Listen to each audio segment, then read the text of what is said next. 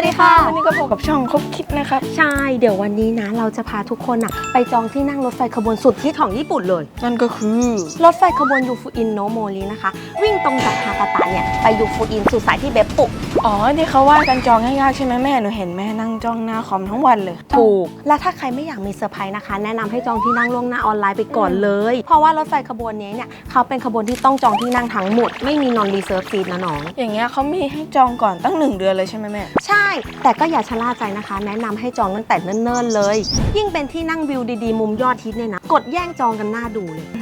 แม่อย่างนี้เราไปเปิดคอมกันเลยและเดี๋ยวจะไปแนะนำที่นั่งวิวดีให้ระหว่างจองนะคะอ่ะเริ่มแรกเข้าเว็บของ JRQ Chu ก่อนเลยสัญลักษณ์แบบนี้นะเลื่อนลงมาข้างล่างเราจะเจอรถไฟที่มีเอกลักษณ์เฉพาะหลายขบวนมากเลือกยูฟูอินโนโมรินะคะเข้าไปดูตารางเวลากันก่อนค่ะจากฮากาตะไปยูฟูอินและเบปปุมีหลายรอบอยู่นะเริ่มตั้งแต่ 9:17 ถึงยูฟูอิน 11:31 ดูช่องนี้นะคะส่วนด้านล่างจะเป็นขบวนขากลับนะครับมี3 รอบเช่นกันรู้เรื่องและกดจองเลย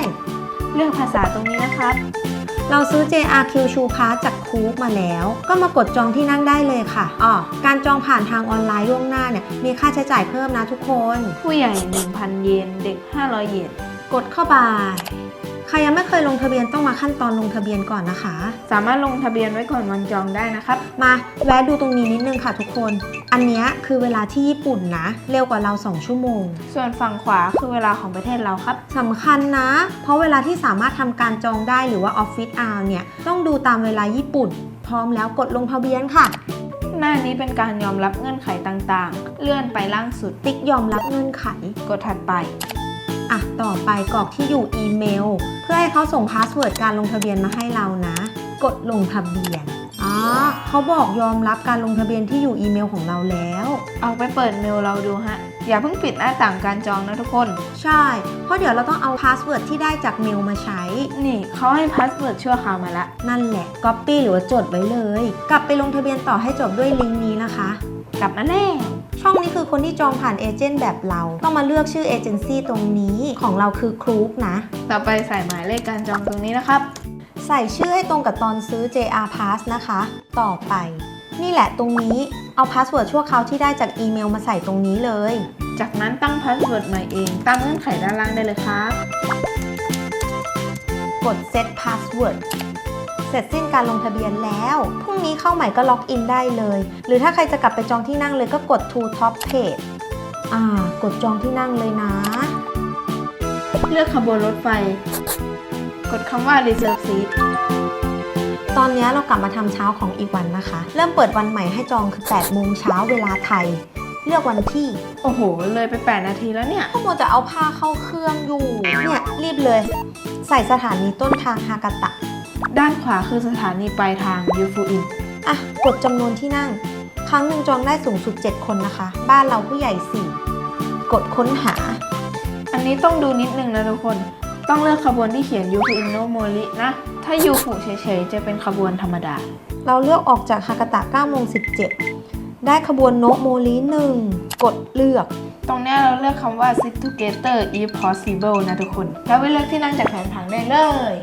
อันนี้ขึ้นเขียวเนี่ยคือบอกว่าตอนนี้เราดูผังตู้นี้อยู่นะระบบเลือกมาให้เราอยู่ตู้5สามเหลี่ยมแปลว่าที่นั่งเหลือน้อยแล้วส่วนกากบาทแปลว่าเต็มนะทุกคนไปแอบส่องตู้5ก่อนโหที่ฮิตเต็มแล้วตู้5คือตู้สุดท้ายของขบวนส่วนใหญ่คนจะแย่งจองแถวหลังสุดนะเพื่อจะได้เห็นวิวจากท้ายขบวนแบบโล่งๆได้ท้ายขบวนคือแถว15รีบไปจองตู้แรกกันเถอะแม่โหเต็มไปครึ่งแล้วตู้ที่ฮิตสุดๆจริงๆก็คือตู้ที่1นะคะเพราะว่าถ้าเกิดจองหน้าสุดคือได้วิวพาโนรามาไปพร้อมกับคุณลุงคนขับรถไฟเลยเสียดายไม่ทันก็มัวแต่ไปซักผ้ารีบเลือกเลยแม่แล้วเขาบอกให้นั่งฝั่งขวาขาไปรถไฟจะวิ่งชะลอให้ตอนวิ่งผ่านน้ำตกเอาอันนี้แล้วกันเนาะกดถัดไปต่อมาเลือกวันที่เราเปิดใช้ JR Pass นะครับไม่จำเป็นต้องเป็นวันเดียวกับที่นั่งยูฟูอินโนโมริก็ได้นะครับใช่บ้านเราเปิดใช้ Pass วันที่4กด next มาหน้าจ่ายตังค์แล้วค่ะใส่รายละเอียดข้อมูลบัตรเครดิตด้านล่างที่ให้ติ๊กคือทุกคนต้องนำเครดิตการ์ดใบที่ใช้ชำระเงินนี้ไปแสดงตอนรับตั๋วที่ญี่ปุ่นนะครับเสร็จแล้วกดถัดไป เช็ครายละเอียดทั้งหมดอีกที ทั้งจำนวนคนวันที่ขบวนรถเบอร์ที่นั่ง สรุปเราก็จองได้ฝั่งซ้ายแหละ ใช่ กดจ่ายไม่ทันคนอื่นเขาไง เต็มอีก อ่ะ เรียบร้อย กดเพย์ เสร็จแล้วเขาบอกอีเมลยืนยันจะส่งให้เราเป็นภาษาอังกฤษไปดูกันเถอะ ได้รับเมลแล้วพร้อมไฟล์ใบเสร็จด้วย แคปหน้าจอหรือว่าปริ้นเอาไปแลกตั๋วตอนถึงญี่ปุ่นได้เลยค่ะ ส่วนการเตรียมตัวอื่นๆและรีวิวท่องเที่ยวญี่ปุ่นเนี่ยก็แวะไปดูในช่องเราเพิ่มเติมนะคะ ก็ฝากติดตามด้วยนะครับ แล้วก็ฝากแชร์ไปให้เพื่อนๆที่กำลังจะไปญี่ปุ่นด้วยนะ ฝากกดไลค์ กด subscribe ให้ผมด้วย แล้วพบกันที่ญี่ปุ่นค่ะบ๊ายบาย